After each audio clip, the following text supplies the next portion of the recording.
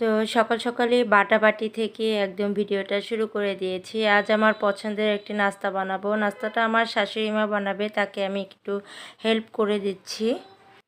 আসসালামু আলাইকুম, আমি পাপিয়া সাভার থেকে বলছি। পাপিয়া পিয়া ব্লগে সবাইকে ওয়েলকাম করছি। কাছে দূরে দেশ এবং দেশের বাইরে যে যেখান থেকে আমার ভিডিওটা দেখছেন, আশা করি সবাই ভালো আছেন এবং সুস্থ আছেন। আলহামদুলিল্লাহ, আল্লাহর অশেষ রহমতে আপনাদের দোয়ায় আমরাও বেশ ভালো আছি এবং সুস্থ আছি। তো এই যে আমার শাশুড়ি মা আমার জন্য এই যে ডালের চাপটিটা বানাচ্ছে। এটা কিন্তু আমার অনেক পছন্দের একটা মানে খাবার। তো বলতে পারেন অনেক পছন্দ। তো যখনই বাড়িতে আসি তখন কিন্তু সে আমাকে এভাবে করে খাওয়ানোর চেষ্টা করে। তো নাস্তা শেষ করার পরে দেখলাম যে ফ্রিজের অবস্থা খুবই খারাপ। তো আপনাদের ভাইয়া আর কি ফ্রিজটা একটু পরিষ্কার করে দিচ্ছে, ডিপ ফ্রিজটা। তো ভাবি তো বাসায় একা একা একা দুটো বাচ্চা নিয়ে আবার রান্না বান্না সব কিছু তার পক্ষে করা অনেক কষ্ট হয়ে যায়। তো আপনাদের ভাইয়া একটু হেল্প করে দিচ্ছে।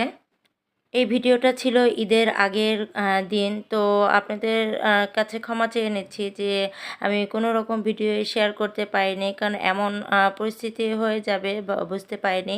আমি শারীরিকভাবে অনেকটা অসুস্থ হয়ে পড়েছিলাম, সেজন্য আর কি কোনো রকম কোনো ভিডিওই শেয়ার করতে পারিনি। তো প্লিজ ক্ষমা সুন্দর দৃষ্টিতে দেখবেন ব্যাপারটা। সব সময় তো শহরের ভিডিও আপনাদের সাথে শেয়ার করি, তো গ্রামের পরিবেশের ভিডিও তো তেমন একটা শেয়ার করা হয় নাই। তো যেহেতু কষ্ট করে ভিডিওটা করেছি তাই আপনাদের সাথে শেয়ার করলাম। জানি না কার কেমন লাগবে। যদি ভালো লাগে প্লিজ একটা লাইক দিয়ে শেষ পর্যন্ত সাথেই থাকবেন। আর আপনি যদি আমার চ্যানেলে নতুন ভিজিট করে থাকেন, ভিডিও দেখার পরে কোথাও কোনো অংশ যদি একটু ভালো লাগে, পরবর্তীতে দেখার ইচ্ছে থাকে, চাইলে আমার চ্যানেলটি সাবস্ক্রাইব করে আমার পাশেই থেকে যেতে পারেন। পাশে থাকা বেল আইকনটি বাজিয়ে দিবেন, এতে করে দেখা যায় আমি নতুন কোনো ভিডিও ছাড়ি না কেন নোটিফিকেশন আপনার ফোনে পৌঁছে যাবে, আর সেটা সময় সুযোগ করে আপনি দেখে নিতে পারবেন। আর এই কাজটা যদি আগে থেকেই করে থাকেন আপনাকে অসংখ্য ধন্যবাদ। আসলে অনেকদিন পরে ভয়েসটা দিতে বসেছি, তো দেখলাম কথা একটু বেজে বেজে আসছে, প্লিজ ক্ষমা সুন্দর দৃষ্টিতে দেখবেন। তো এখানে যে রান্নাঘরটার অবস্থা একদম খারাপ হয়ে আছিল। তো আসলে ভাবি ওই যে বললাম একা একা সে আর কত করবে, তো তার সাথে আমি জাস্ট একটু হেল্প করে দিচ্ছি। সে তার মতো গুছিয়ে রাখে, আমি একটু আজ আমার মতো করে গুছিয়ে নিচ্ছি। তো পুরা আর কি বেসিংয়ের এরিয়াটা সুন্দর করে ভালো করে মুছে নিয়েছি। তো এটা কিন্তু ঘরের ভিতরে, আর বেশিরভাগই রান্না বাড়া করা হয় বাইরে, যেহেতু মাটির চুলায় রান্না করা হয়। সিলিন্ডারে খুবই কমই রান্না করা হয়, যখন আর কি একেবারে না পারা যায় তখনই সিলিন্ডারে আর কি টুকিটাকি কাজগুলো করা হয়।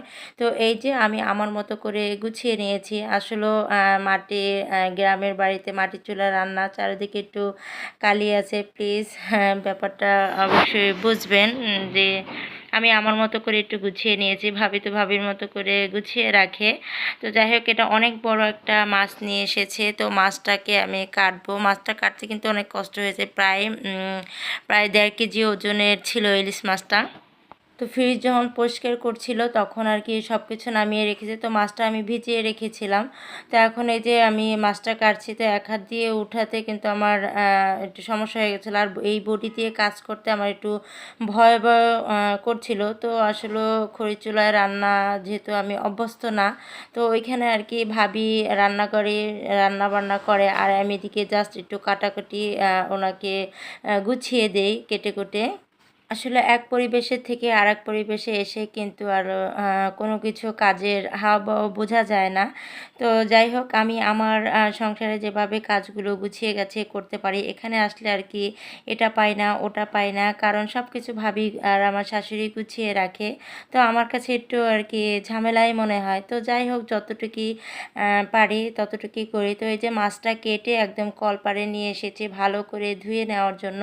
আর এখানে যে ভাবি মাছটা আর কি ভেজে নিচ্ছে, আর আমি একটু ভিডিও করে নিলাম। আসলে শারীরিকভাবে এত যে অসুস্থ হয়ে পড়বো বুঝতে পারিনি। তো এই যে মাছটা কিন্তু রান্না হয়ে গিয়েছে। তো মানুষের আসলে বিপদ তো কয়ে বলে আসে না। তো আমার সাথেও সেটাই হয়ে গেছে, ভালো মানুষ গিয়েছি, আর হঠাৎ করে যে এরকম সমস্যা হবে, আর এমনই সমস্যা যা আপনাদের সাথে শেয়ারও করতে পারছি না। তো এখনও একটু দুর্বল আছি। আপনারা আমার জন্য একটু দোয়া করবেন। তো এই যে সবাই মিলে খেতে বসেছি। তো আজকে চিংড়ি মাছ দিয়ে কচুরলতি রান্না করেছিল, আর ইলিশ মাছ ভুনা, আর একটা ভর্তা বানিয়েছিল। মাটির চুলায় যাই রান্না করা হোক না কেন খেতে কিন্তু অনেক মজা হয়। তো সবাই মিলে মজা করে আর কি দুপুরে খাবার খাচ্ছি। তো খেতে খেতে আপনাদের কাছ থেকে বিদায় নিব। সবার সুস্বাস্থ্য কামনা করে নেক্সট ভিডিও দেখার আমন্ত্রণ জানিয়ে আজ এখানেই বিদায় নিচ্ছি। আল্লাহ হাফিজ। আসসালামু আলাইকুম।